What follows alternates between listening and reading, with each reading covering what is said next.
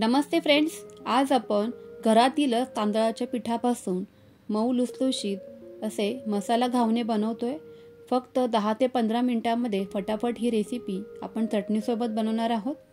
सकाळच्या घाई गडबडीमध्ये फक्त 1 वाटी तांदळाच्या पिठापासून हे घावणे बनवता येतात। भरपूर वेळ मऊ राहतात, शिवाय खूपच कमी वेळात बनवून तयार होतात। म्हणूनच रेसिपी तुम्हाला ही नक्कीच आवडणार आहे। मऊ लुसलुशीत आणि जाळीदार असे घावणे रेसिपी आवडली तर व्हिडिओला एक लाईक नक्कीच करा।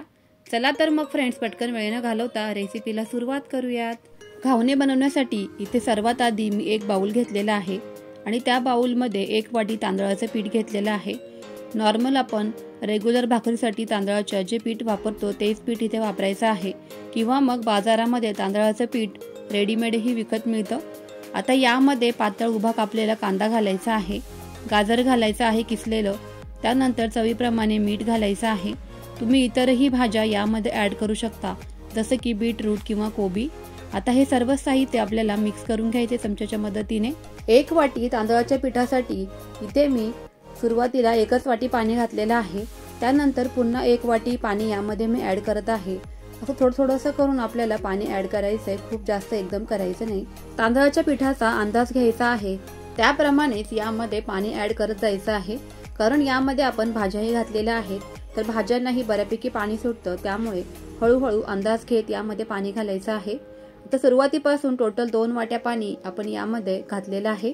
साहित्यांचे प्रमाण मोजताना तुमच्या घरातली कोणत्याही प्रकारची एखादी वाटी किंवा एखादं भांडं फिक्स करायचं आहे। 1 वाटी जर का पीठ असेल तांदळाचं तर 2 वाट्या इथे पाणी वापरायचं आहे सुरुवातीला। आता कढईमध्ये आपण तडका देऊन घेऊया, तर त्यासाठी त्यामध्ये मी तेल घातलंय, मोहरी घालायची आहे। मोहरी छान तडतडून द्यायची, म्हणजे त्याची जो फ्लेवर आहे तो छान उतरतो तेलामध्ये। कढीपत्ता असा बारीक तोडून घालायचा आहे। मिरच्या घालायच्या आवडीप्रमाणे। तुमची जर का लहान मुलं असतील घरामध्ये तर अशा हिरव्या मिरच्या न घालता त्याऐवजी थोडंसं लाल तिखट घालायचं आहे। आता हे सर्व साहित्य चमच्याच्या मदतीने मस्त असं मिक्स करून घ्यायचं आहे आणि पातळसर असं आपल्याला इथे बॅटर बनवून घ्यायचं आहे। शक्य तितकं पातळ आपल्याला हे बॅटर बनवून घ्यायचं आहे, कारण घावणे बनवतानाचं जे पीठ असतं ना, ते जितकं आपण पातळ बनवू तितकी जाळी आपल्या घावण्याला बनवून तयार होते। आता आपण चटणी बनवतोय कढईमध्ये। चटणी बनवण्यासाठी इथे मी एक कांदा बारीक कट करून घेतलेला आहे, 1 टोमॅटो घेतलेला आहे, त्यानंतर यामध्ये लसूणही घालू शकता। पिकलेल्या लाल मिरच्या मी इथे घेतलेल्या आहेत, त्याऐवजी तुम्ही इथे लाल तिखट वापरलं किंवा मिरची पावडर वापरली तरीही चालेल। आता हे मस्त असं वाफेवर आपल्याला 4 ते 5 मिनिटं शिजवून घ्यायचं आहे। शिजवताना थोडंसं मीठ घालायचं, म्हणजे कांदा आणि टोमॅटो अगदी पटकन शिजला जातो। गॅसची फ्लेम अगदी स्लो ठेवायची आहे आणि स्लो गॅसवरती 4 ते 5 मिनिटांनी मस्त असं कांदा आणि टोमॅटो शिजून तयार झालेला आहे। थोडंसं थंड झाल्यानंतर आपल्याला या मिश्रणाची चटणी बनवायची आहे। अतिशय मस्त आणि उत्तम अशी चटणी बनवून तयार होते। एकदा तुम्ही नक्कीच ट्राय करा या पद्धतीने। इडली किंवा डोशासोबत सुद्धा तुम्ही या पद्धतीची चटणी नक्कीच बनवू शकता। आता हे सर्वच मिक्सर जारमध्ये काढल्यानंतर थोडंसं पाणी घालून चटणी बनवून घ्यायची। आता इथे लगेचच आपण घावणं बनवायला घेऊया, तर त्यासाठी इथे मी एक डोसा पॅन ठेवलेला आहे।